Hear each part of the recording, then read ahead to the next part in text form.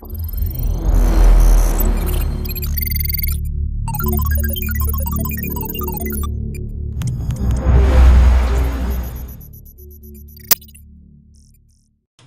and welcome to this latest webinar on creating sub-assemblies in Civil 3D and understanding the workflow. Let's go straight into the agenda. I'll talk a little bit about myself, tell you who I am and who I work for, Graitec, and then we're going to put this project into context and talk a little bit about BIM and where this process falls within the BIM workflow. Next we'll be looking at understanding what sub-assemblies are, and that's obviously the first important thing before you just go and see how I make them and how we manipulate them. You need to kind of understand exactly what the terminology is, and things like code sets as well, and how you make code sets work for you. So we'll be discussing that in detail. And then we'll find solutions to problems. We're going to have a look at 3 problems in particular. We'll have a look at what's in the box. That might answer some of your questions. We're going to have a look at how you can create your own sub-assemblies and also how you can recode sub-assemblies as well. When it comes to creating sub-assemblies, the first thing you need to do is plan it.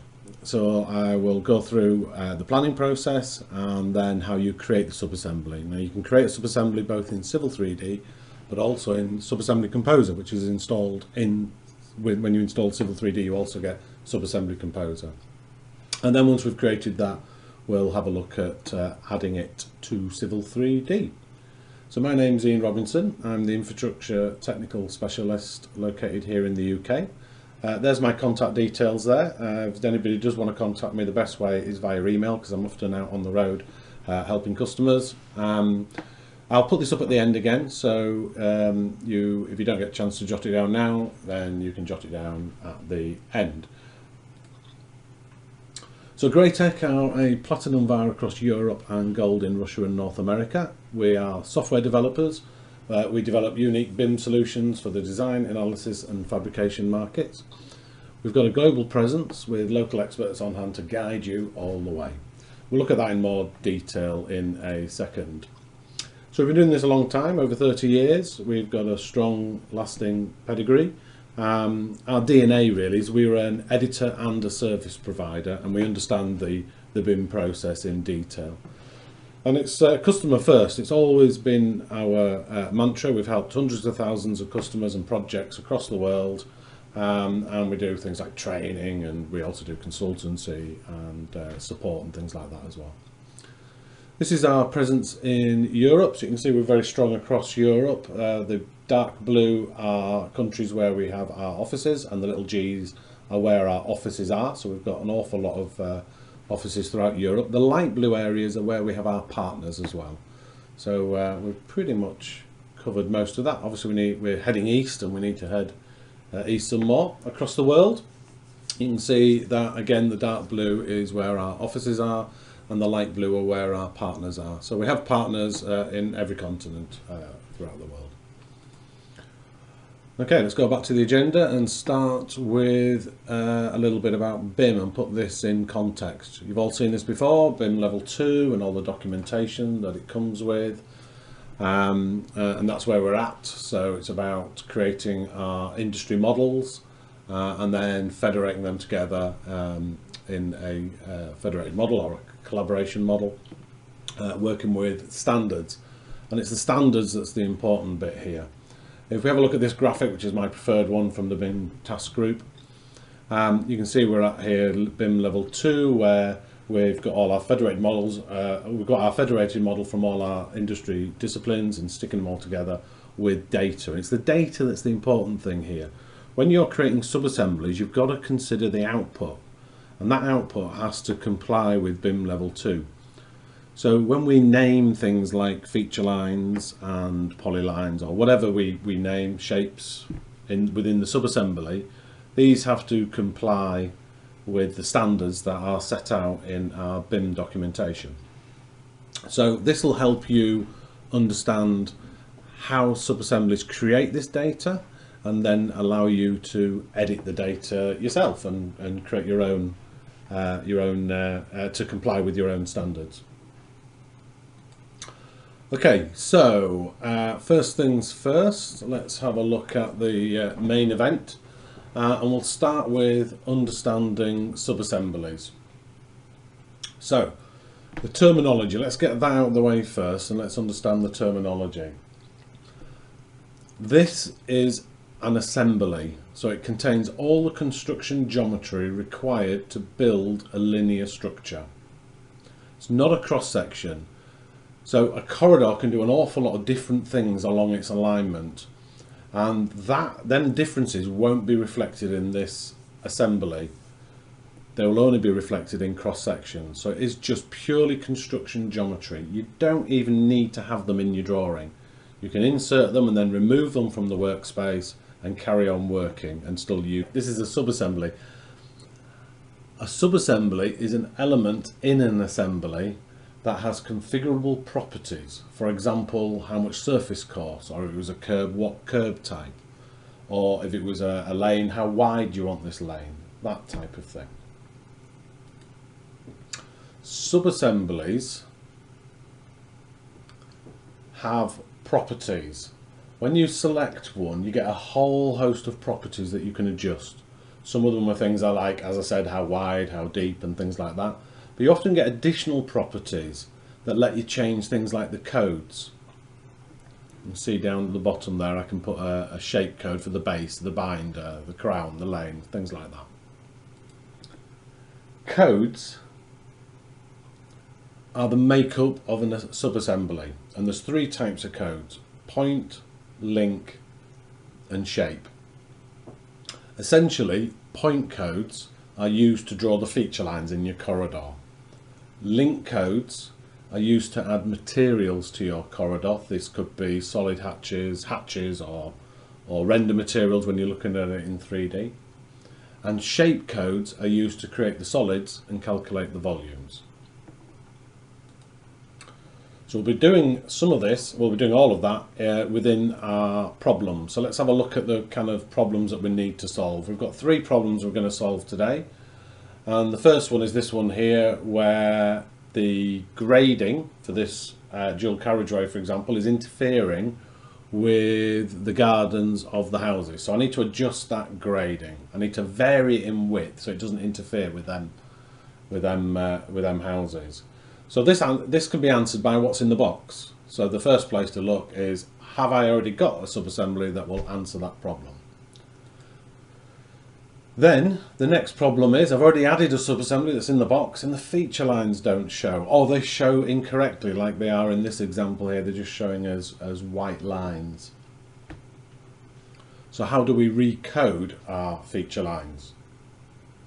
And lastly, we'll answer a question where the sub-assembly isn't there. There is not one that's going to answer our problem, and we're going to have a look at how to create one. So one that you need to build from scratch. Okay, so let's have a look. So in this example here is our road, and we've got some grading which is fine down here, but when we start to come up here it's starting to interfere with these gardens here, so we need to do something.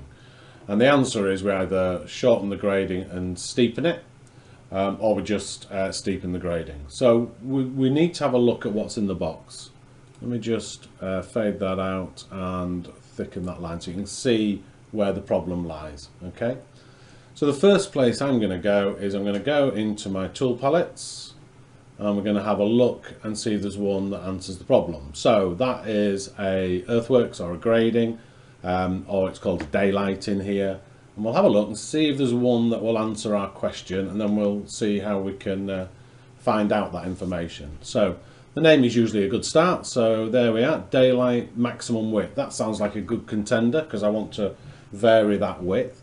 So the first thing I'm going to do is go to its help file, because the help file will show me everything I need to know about this sub-assembly. So there's a nice image there, and you can see there's our standard cut slope.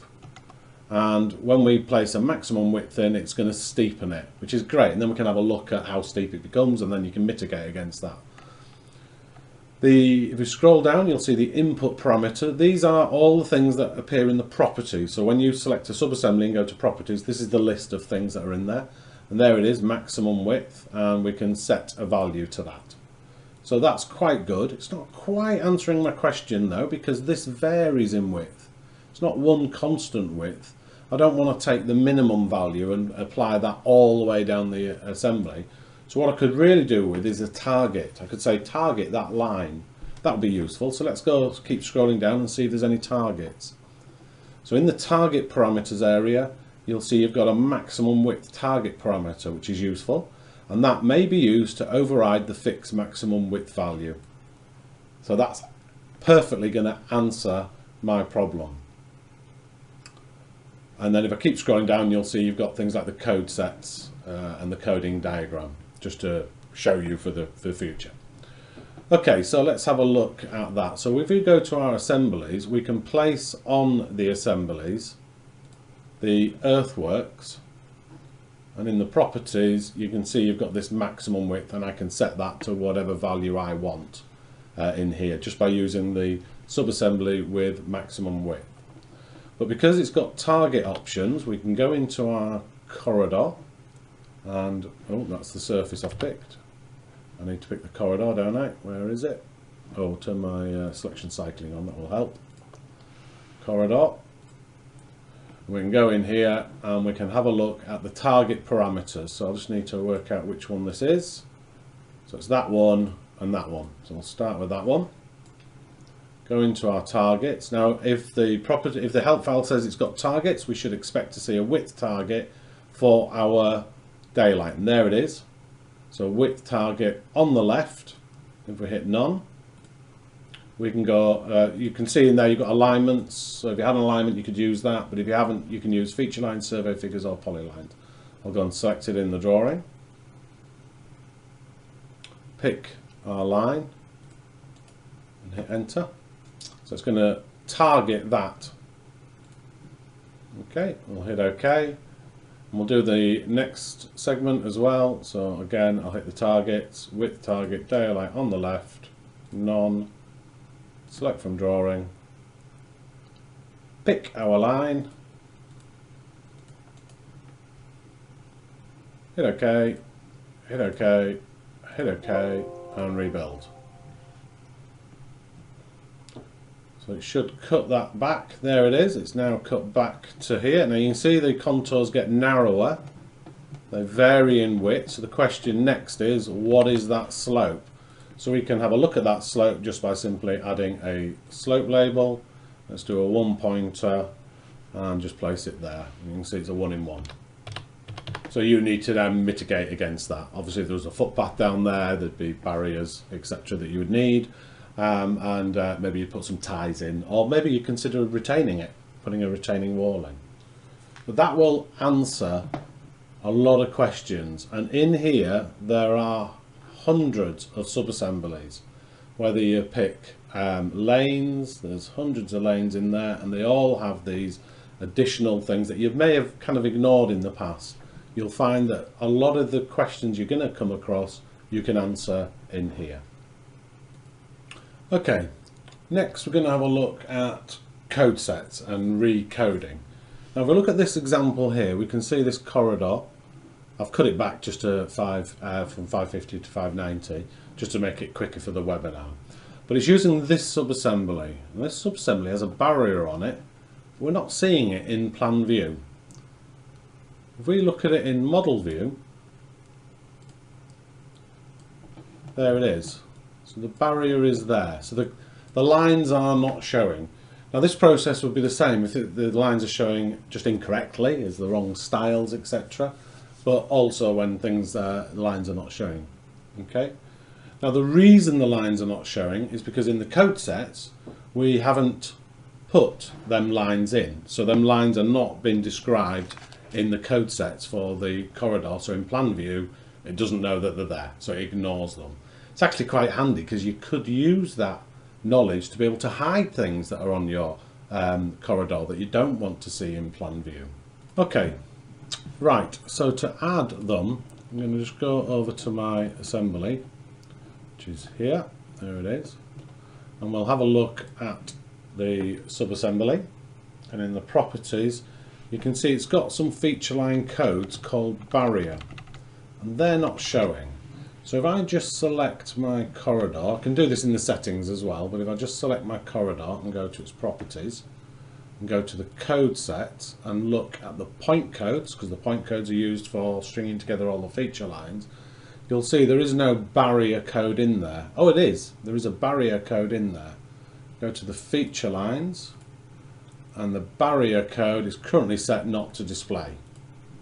So I can go in here just for this corridor and change that in here to barrier. Don't know if I've got a carrier, I think it's crash barriers. There we are, crash barrier, and then hit OK and rebuild.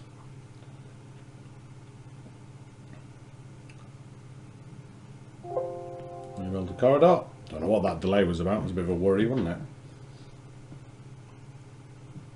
So let's go and see if them barrier codes are now there.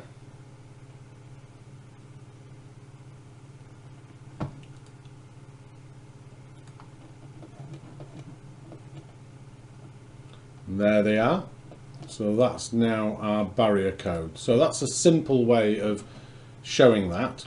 Now if you want to put that into your template so it will always show, you can do it from your corridor properties, because in the code sets we can edit the plan view codes here, and we can go into point, find crash barrier. Oh, there isn't one in there, there's just crash barrier left or crash barrier right, isn't there? So we could go and create one in there if we wanted to. So if we import codes,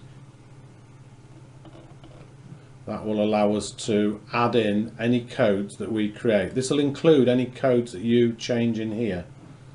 Okay, so we should have crash barrier now. There it is, barrier, not crash barrier. And we can change that there to our crash barrier. Now if you do that in your template, it will be there forever, so you'll never have to redo that again.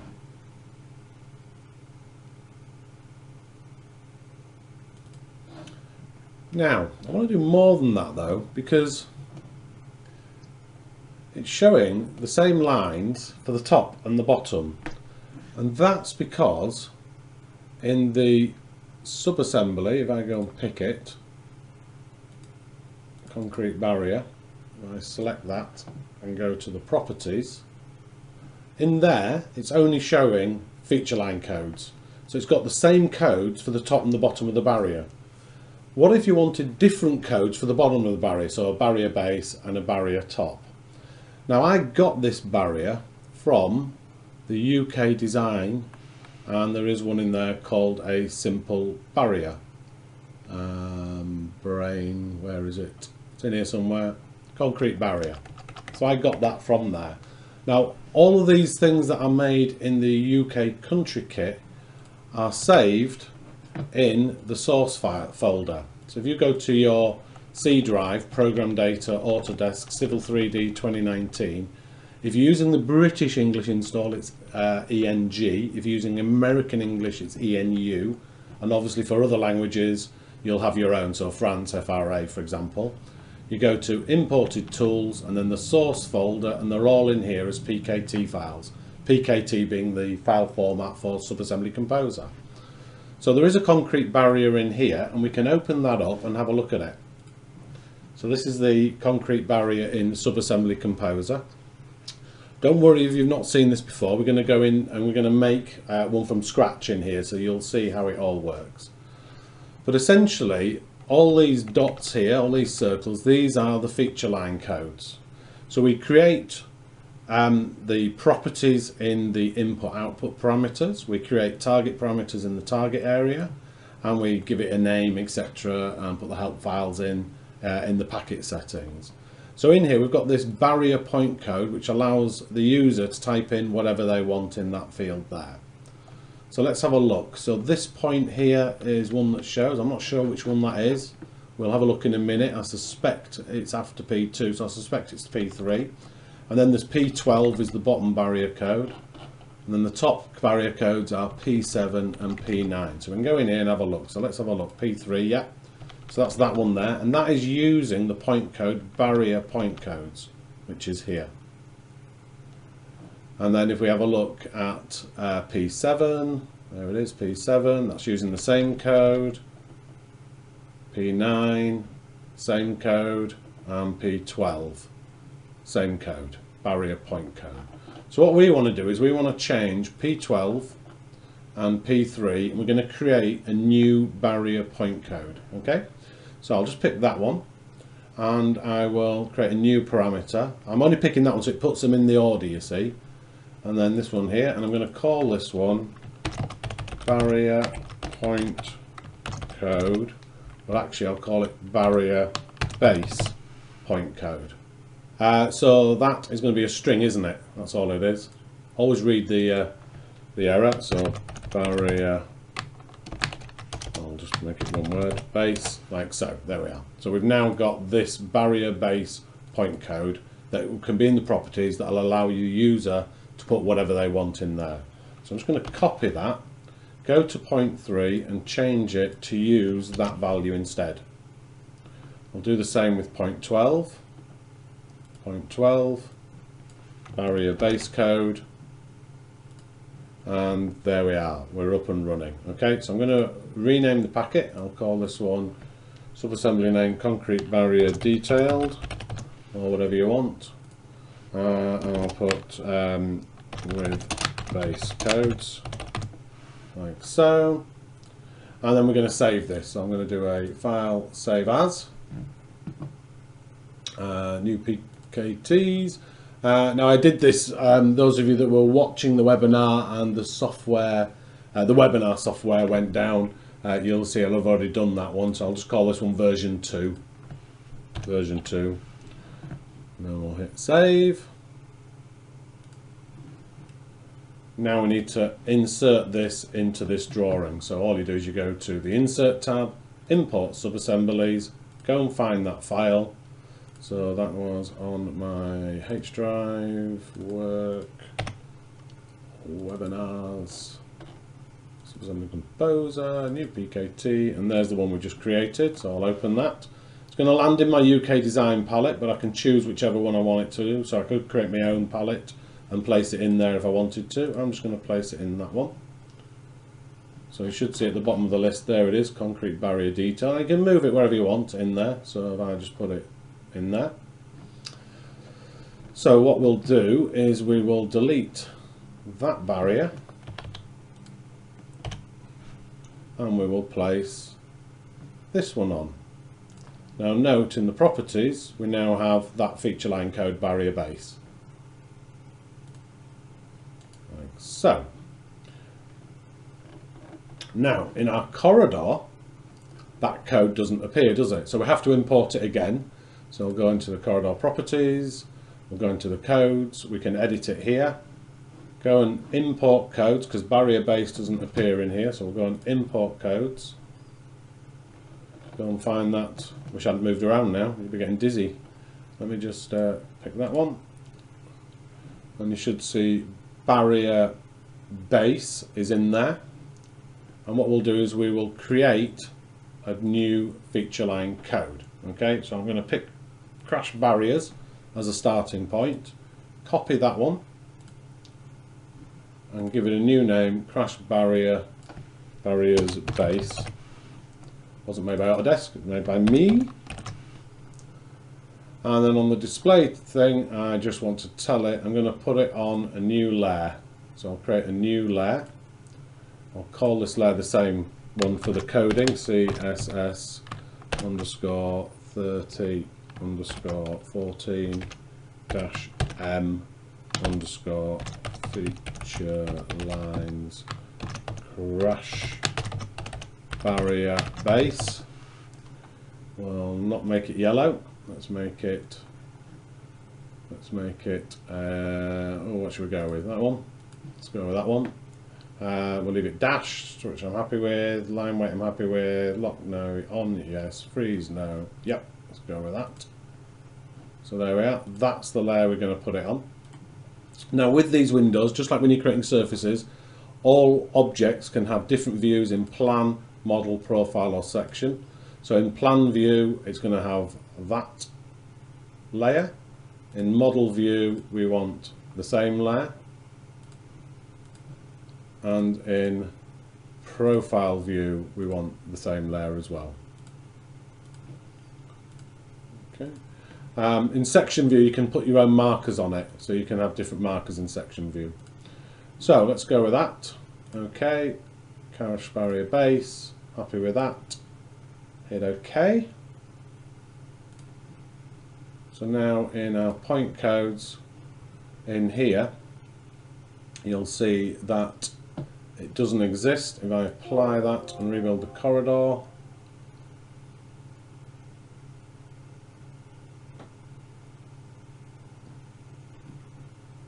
just OK it. And then we'll go and have a look at the corridor.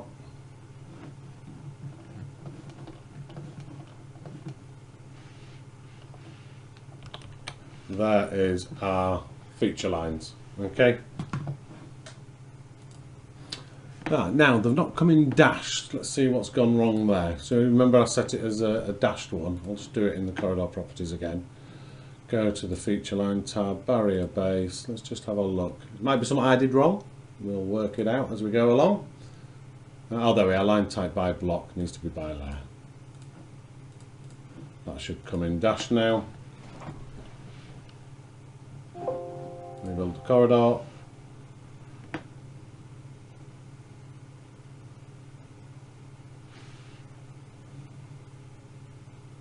And there we are, dashed lines. Cool. Okay, so that's how you can utilize what's in the box, and also how you can recode what's in the box as well to give you your desired results. So next we're going to have a look at creating a subassembly. So the first thing we need to do is we need to plan your subassembly, and you just basically sketch out what you want. Literally sketch it out on a piece of paper, get all the measurements. You've got a lot of that information you'll get from the manufacturers. Go to Marshall's website and places like that. You can get PDFs of all the things that you're wanting to create, and sketch out what you want, and just consider which measurements you want. And these might be ones that you want to be able to be made adjustable. Obviously for the sake of an hour's worth of webinar we're going to do something relatively simple. Once you have, this is a bus stop curb, so this is going to solve a problem that we have. We don't have a bus stop curb in the country kit. Once you've done that, you need to consider a few things. You need to consider the parameters, the targets and the codes. So the parameters are what you want to see in the properties of your subassembly. For example, what side you want it on. Is it a slimline or a standard? You want different measurements, different types of things. You can put multiple assemblies, sub-assemblies within a sub-assembly, if you know what I mean. Do you want to turn the haunch on and off, things like that. What codes do you want to use? Where do you want it to attach? All these things that you want to be able to adjust in the properties. Targets. Do you need your sub-assembly to vary in width or elevation? The answer is no in this case because it's a curb. But do you want it to vary in width? Do you want it to be able to target a surface? Do you want it to get it to target the outside elevation like you would have with a lane, for example? Things like that. Next, write down the codes. What do you want your feature lines or shapes to be called? So I've written a few down here. I want bus stop curbs for links, and I need a top link, I need a back of curb link, a front of curb link, points, top of curb, bus stop curb shape. So I need all these additional links. In addition to this, in your properties, you've got to consider enumeration. So do you want a little drop down list of all your options? For those in the UK, if you think about putting in the British curb, you could have a little drop down list of, do I want an HB1, an HB2, a bull nose, a splayed curb, that type of thing. That's the enumeration list. So do you want to have drop down lists? So let's have a look. So in this scenario here, I want to put a bus stop curb in here. So I've got something fairly simple, and what I need to do is just sketch it out. So let me go to my assembly. So this is my assembly, and what I'm going to do is I'm going to replace that HB2 with a bull nose, and I've just sketched it out first in AutoCAD here, and I've got all the measurements, and I'm happy with that. So there is an option here just to use the Civil 3D. You don't have to open Subassembly Composer to create something very simple like this. There are limitations to it, and we'll come across some, I'm sure, as we're working. So if you have a look under your Create Design panel, you'll see Create Subassembly from Polyline. It asks you to select the polyline, so I'm going to select it, and you'll get this up. We'll give it a name. I'll call it bus stop curb, like so. We'll use the code set style, which will be assembly creation. Let's drop that mid ordinate down even further. Oh, what am I doing? 01. We're going to create multiple links, so you can do it as a single link. We want multiple links, and you want to erase the polyline. I'm going to say yes in this case. So that is now a subassembly. It actually lands in our assemblies in unassigned subassemblies. So I've got one here called bus stop curb. So now I want to add the codes to it. So I've got to now consider, where do I want my feature lines, and what shape do I want, and my links. So we can go and add a code. So if I want the top of curb to be this code here, I'll just click on here, and all you do is enter the code. Oh, sorry, no, you need to enter the code first and then click on it. Enter the code, and I'll call this one top of curb.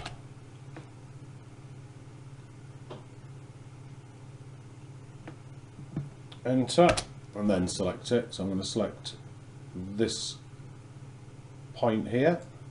That's now got the code top of curb. Let's go and add another one, and we'll call this one back of curb, and we'll put that one there. Let's add some link codes now. So we'll go and add another code, and we'll call this one bus stop curb.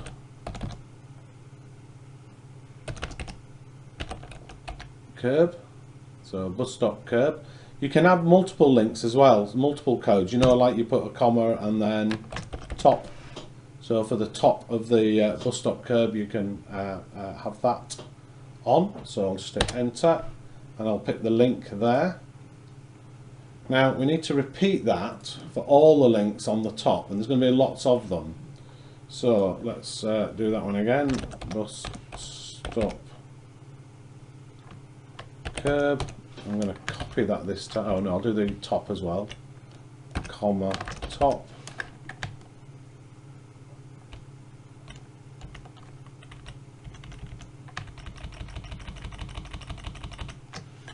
Copy that.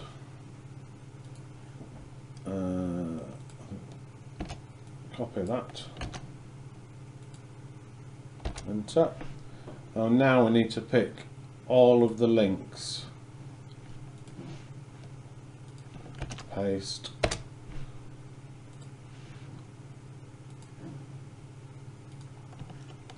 Paste. Do multiple links. Add code.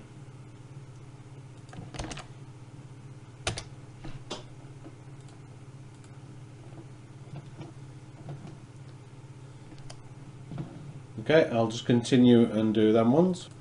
Okay, so that's done that. So next I'm going to add a shape code.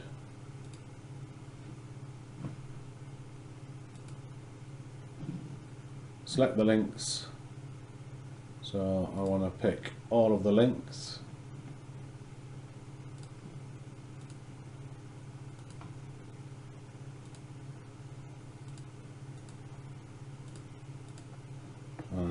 enter.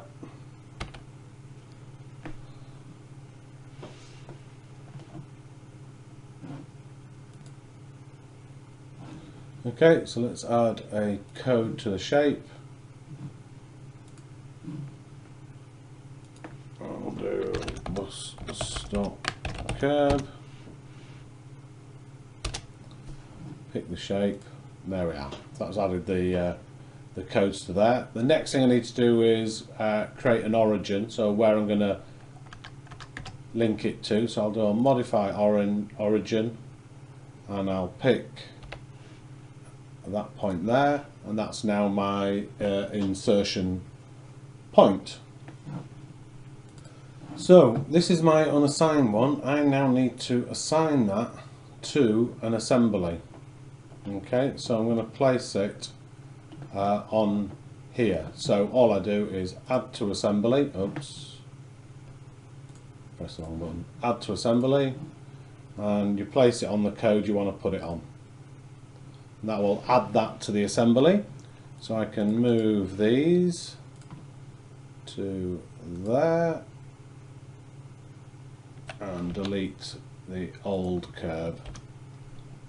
And to make sure that that matches the same width, I need to reduce the width of the footpath to 1.490. So it's now the same width in there. Okay, now all these codes have not been added, so I won't be able to see the feature lines until I add them in. So I'll go to my corridor. In my corridor properties, I'll just edit the code set. So I'll edit the code set, import codes, pick my bus stop curb, and they're now all in there. So I've got my link codes, bus stop curb, I've got my point codes. We should have the bus stop curb, point curb. Oh no, we just called it top of curb, back of curb, didn't we? So back of curb, there's the one we did, and it's using a feature line style back of code. And if we have a look in the T's, top of curb, there's the one I did, and it's using the top of curb one, which I'm happy with. And then the shape code here, we called that one bus stop curb. There it is. And in this one we don't want to see that shape code in there. However, in the links, I shouldn't have put the space in there. That was my mistake. So what I'll do is I'll just use that one for now, and we'll put a render material on it, and we'll just make it polished grey. Okay. So we'll hit OK. Hit OK and rebuild our corridor, and we should see a bus stop curb appear.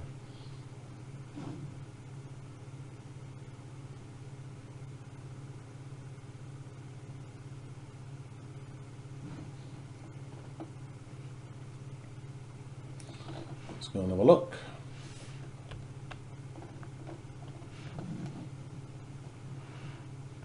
And there we are. There's our new bus stop curb.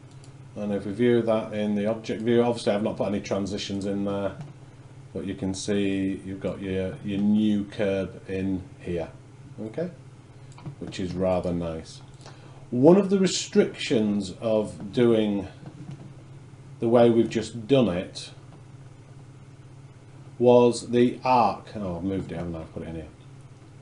Okay, you'll see it segments that. It won't put arcs in here. So that is one of the limitations of doing that. It just does lines and uses mid-ordinate distance, so you can have lots of little lines in there, but essentially you'd probably want an arc in there. And using Subassembly Composer to create it, you can actually add an arc in there, which is far better. So that's what we'll have a look at next. So to create your own subassembly, we'll use Subassembly Composer, and the first thing you really ought to do is refer to your planning document. So the first thing I'm going to do is, in the packet settings, I'm going to give it a name, and we'll call it something sensible. So I'll just call it detailed barrier. I'll put a number 2 in there because I think I might have already done this before. We can describe it as well. Oh, you've got naming rules that you have to work to, so you can't have spaces in there. Detailed barrier version 2.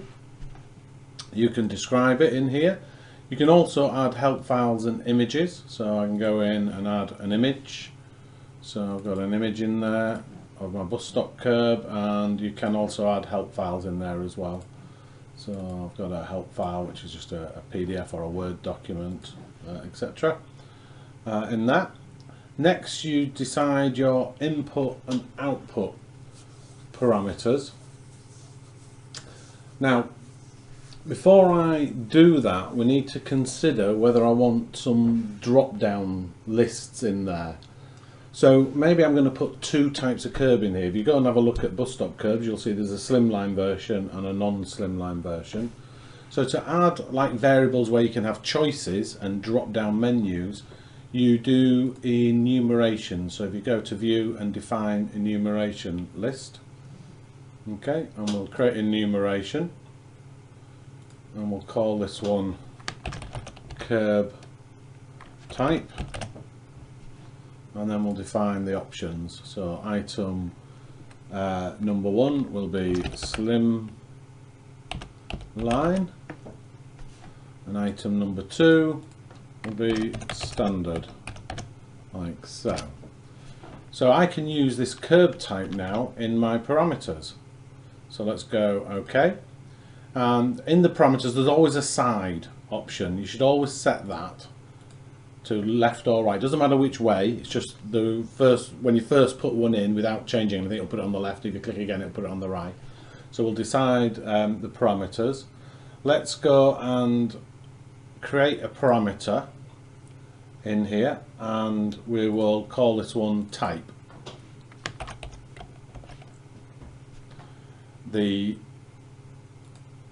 options, you should see that you've got curb type as an option in there, and then we can put the default value in standard or slimline. So I'll put the default value as standard, and then you can put the display name. That's the words that appear in the properties of the object. So I'll just put curb type in there, and you can put a description in there, bus stop curb standard or slimline, something like that. Okay, let's carry on. Now the other thing we can choose is whether we're going to show an inside point code. So the edge of the lane will have a channel line or a lane line or some sort of feature line in there, and the inside point code of the curb you might not want to show. So we want the option to be able to turn off the feature line on the inside of the curb. Okay, so I'm going to call this one show inside point code, and we'll choose if that's a yes or a no. Okay, and we will change that as a default to yes. Show inside point code,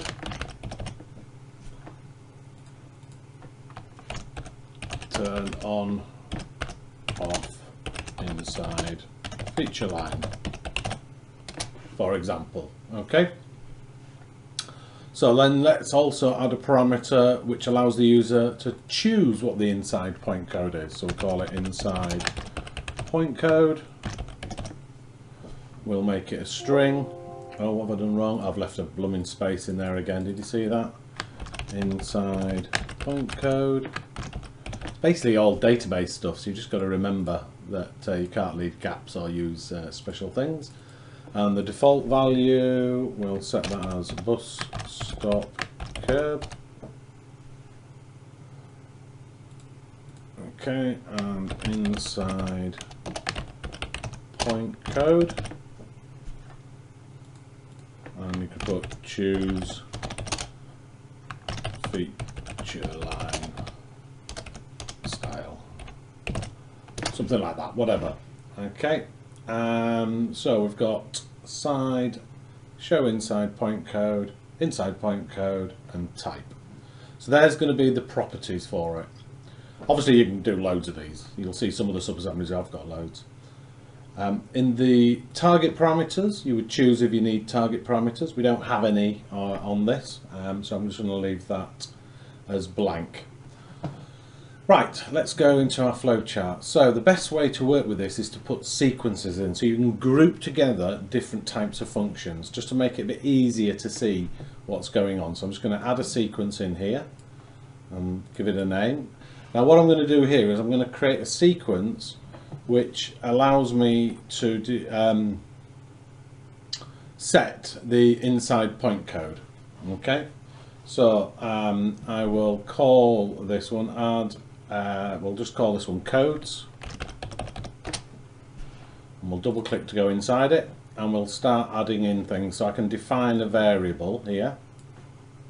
Okay, now what the variable I want to define is, if that is set to yes, I want it to use that code.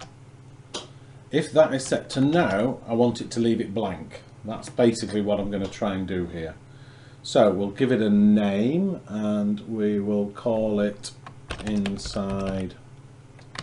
It has to be a different name to what's in the parameter, so I can't call it the same as this. So I'm just going to call it inside PT code. Okay, it's going to be a string, and the variable, the VPs, I'm going to put a standard query in here, if brackets show inside point code. So that's this string here, if I just expand that, inside point code.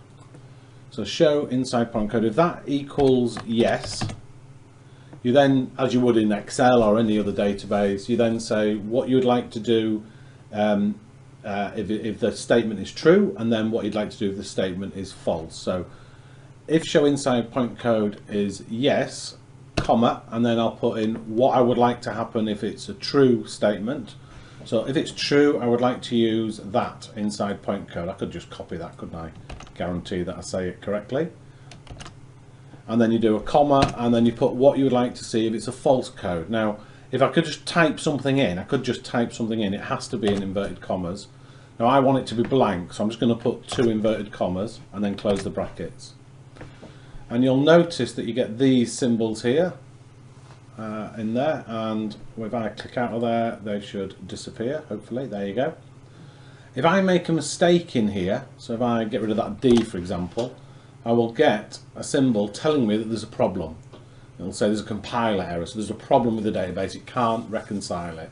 So whenever you see them symbols, that's what you should be looking at. So hover them, read what it says, and correct it. Okay. So that's going to allow me to use these values here. So let's go back to the flow chart. The next thing I want to do is I want to be able to say, okay, if this statement here is set to standard, I want it to go down one route, and if it's set to slimline, I want it to go down the other route. So you put a switch in. Okay, and these flowcharts, you can just grab these, by the way, and just put them where you want if you want to make it nice and tidy. So I'll just put it into there, and you can use your arrow keys to move them around to keep things nice and tidy. So we'll add a switch in there. Now what we'll do is we will add another sequence in here, and we'll add another sequence in here, and I need to remove that and attach it to the switch, and I want to make this nice and tidy. You know how it is, we're all a bit anal about these sort of things, aren't we? So we all want them nice and tidy. So you've got 2 cases now. And I'm going to uncheck default, and I'm going to call this one standard, and I'm going to call this one slimline. Okay.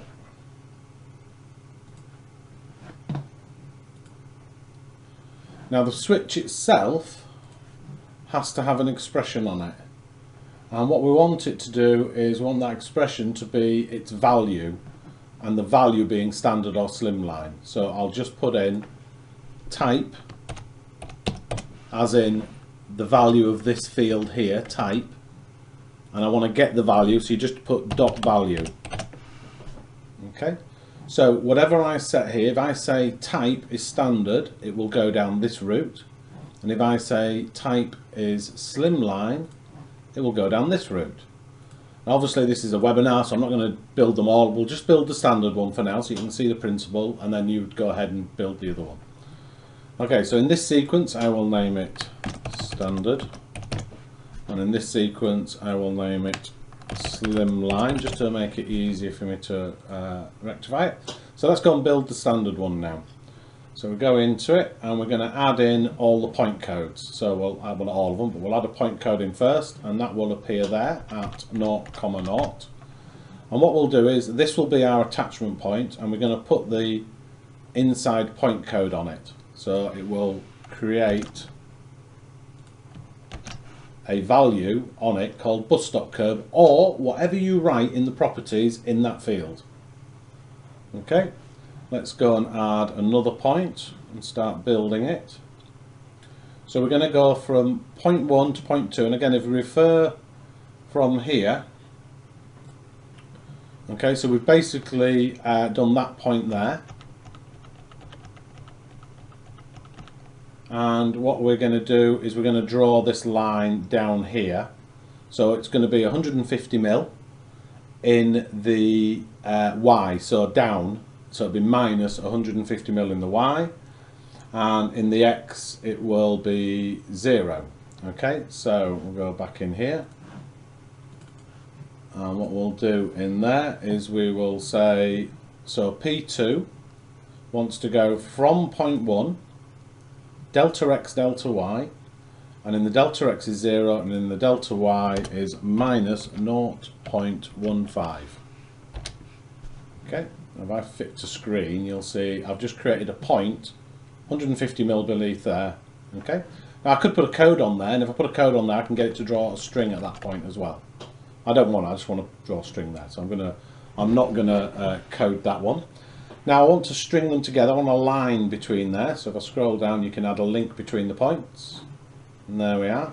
And again, I'm not going to code that because I don't want it to put any render material on there. I just want the render material on the top, etc. Okay, so let's carry on. We'll run along the base now. We'll do along the base. So if we refer back to our document, we need to set that distance there. I'll tell you now, it's because I've not actually put the measurement in there, which I should have done. It's 435. Okay, so I'll add another point in, and that will go delta X, delta Y from point 2, and in the X it will be 0.435, and we'll add a link. Of course it wants to be minus, doesn't it? Minus 435. There we are. So that's the base of that. No, it doesn't want to be minus, it wants to be positive. The problem is I'm going to put this on the right, and what I'm currently doing is I'm drawing it on the left. So if I just change that to right, it will put it on the right way. Okay, so just bear that in mind as well. Okay, so we've drawn a link again, and now I do want to put a code on that, and the code I'm going to put on that is formation, if I want it to show as a formation. Remember to bring them in inverted commas. Okay, so next we'll put another point in, so another point. And point 4 is going to go from point 3, and we're going to go up the back now, so that will be in the X, in the Y should I say, delta Y, which will be 0.314. Okay, so it's going to put that code in there, and I'll add a link to it. Now that is going to be the back of curb, so I'm going to put a code in there, back of curb, like so. Okay, so next we're going to work along the top. However, I want to be able to put these radiuses in here. So what I could do with is some construction geometry in here and in here that will allow me to work out and put this radius in here, because I can just fill it, the construction geometry, to put these radiuses in here. So if I was doing that in AutoCAD, I would use construction geometry, and I can do the same in our sub-assemblies in here. Now, construction geometry are auxiliary geometry, so I can put auxiliary points and auxiliary links in there. So I want to be able to find a point over here, so I'm going to add an auxiliary point from 4, okay, and we'll start at point 4. Oh, I've done a link, haven't I? Yeah, forget that. What do I do a link for? An auxiliary point here, and we'll start from point 4, and we need to go back the other way, and I can go beyond. So if I do delta y minus 0.318, I will get delta x minus 318.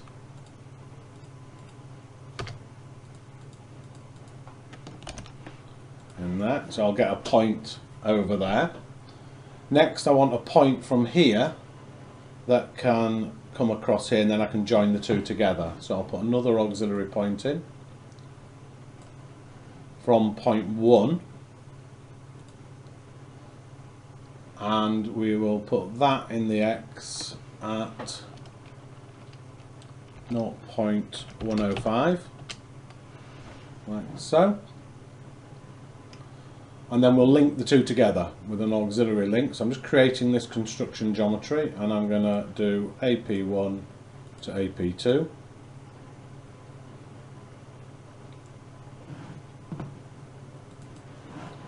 And we'll add another link. I'll actually put it above it. And we'll go from P4 to AP1. P4, AP1. And we'll add another link. Need to do them in the right order, you see. And we'll do P1 to AP2. P1 to AP2. And so. And then we'll do that AP1, AP2. There we are. Okay. So now I can add these fillets in. I can just put these 30 meter radiuses in, and then we'll just link up the points. So we've got curves. Or filleted arcs. I'm going to do a filleted arc. Curve you need to put in the points, but if we just fillet them, it's a lot easier. So we'll add our filleted arc in there. Okay, and it'll just pick the links. I'll do AL1, AL2. There's the big radius, and what we'll do is we'll drop the radius down to 0.03. So we've got a nice filleted radius in there. We'll do another fillet down here, and same thing. So AL3 to AL1, and we'll make that 0.03 again, like so. Now all we need to do is join these dots. Okay, and I'm not bothering with the codes at this time. We'll do all the codes at the end. So I want to do P1 to P7. So I'll just add a link.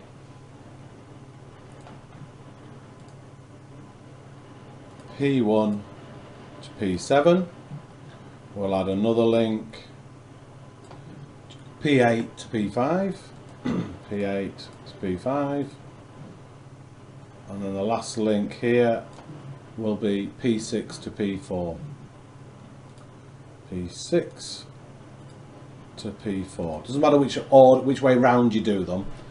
That's fine. Okay.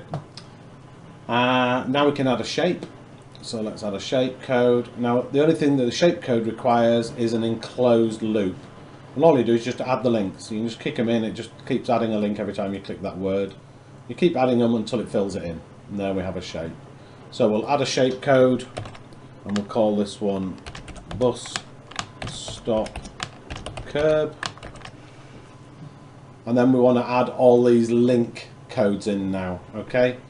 So let's add them in, and we'll add 2 codes in there. So we'll call this one bus stop curb, comma, top. So we can add 2 codes in there, and we'll copy that. Copy that, and then we just paste it in all the others. Link code, link code, link code, and link code. Okay. The other thing to keep an eye on is the event viewer. You can see mine's empty at the moment, there's nothing in it. If I get a little red X on there, it means I've done something wrong and the event viewer is going to fail. Something's going to fail on it. So keep one eye on that event viewer. But that's it basically. So all I need to do now is go and do the slimline one. Obviously, we've run out of time now, we're not going to do that. But you get the idea of how to create your own sub-assemblies using construction geometry and curves and arcs and fillets and stuff like that. Let's do a save, because I've already saved it once, so we can save it and then we can use that in our Civil 3D. So I will go back to Insert, Import Sub-Assemblies, go and find that sub-assembly which I call Bus Stop Curb. There it is, and we'll hit Open. Plonk it in here, and we should find that it is in our tool palette down the bottom there, and I'll put it up here with my curbs. There we are. Image didn't come through, I'm not sure why. We can just specify the image. Go and find that image. So let's go into here, new PKT, images, Bus Stop Curb, open. That's for a light theme, that's for a dark theme. Hit OK, and we have the image in there. So that should work. So let's have a look, and we'll delete that. I'm going to place the bus. Oh, I've put the barrier one on there, haven't I? I didn't create an image for that. That's the barrier. Where's my bus stop curb? Hang on, guys, I was being really thick. Why did I call it a barrier? Bus stop curb. I'll call that one version 2. Don't ask me why I did that. Let's do a save as, and new PKT, and I'll just call it Bus Stop Curb version 2. Blimey O'Reilly. Must be the rain. Can you hear the rain? That's a bit of Friday brain maybe. So let me delete that one. Let me import subassembly. Pick the new one, version 2. There it is. Bus Stop Curb. Hit OK. And in here it should be down there. And we'll set that image. Specify image.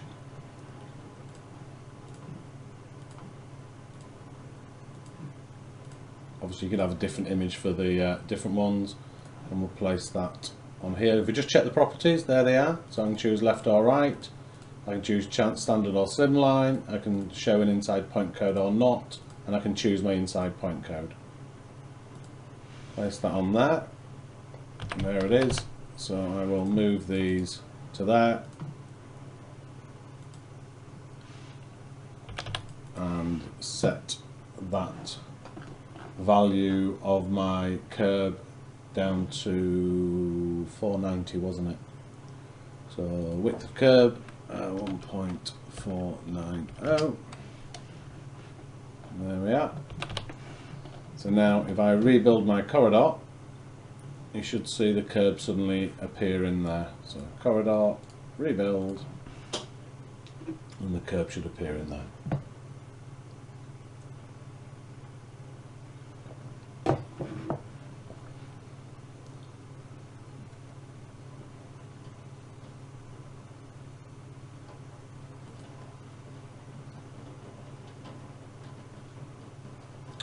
And there it is. Oh, did I do my pavement wrong.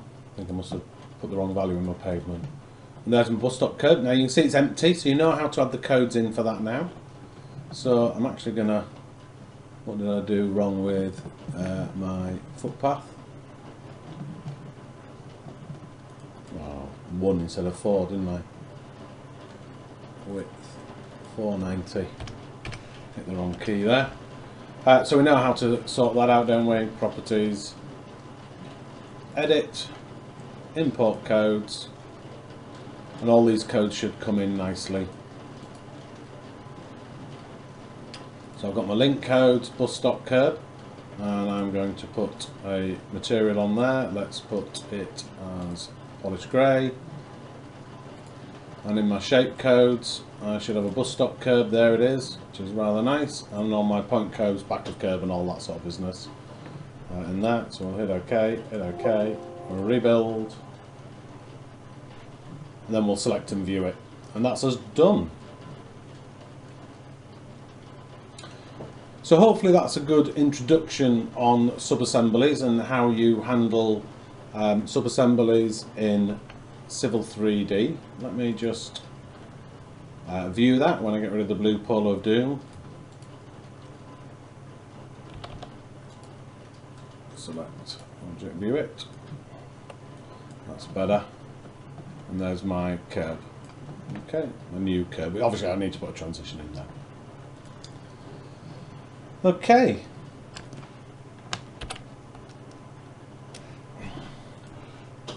So let's spin through that. That's everything done. If anybody has any questions, or if you want us to help you go through how to create sub-assemblies for any particular project that you're working on, please get in touch. There's my contact details. I'll leave them on for the next couple of minutes, and you can jot that down and just send me an email. And thanks very much for attending.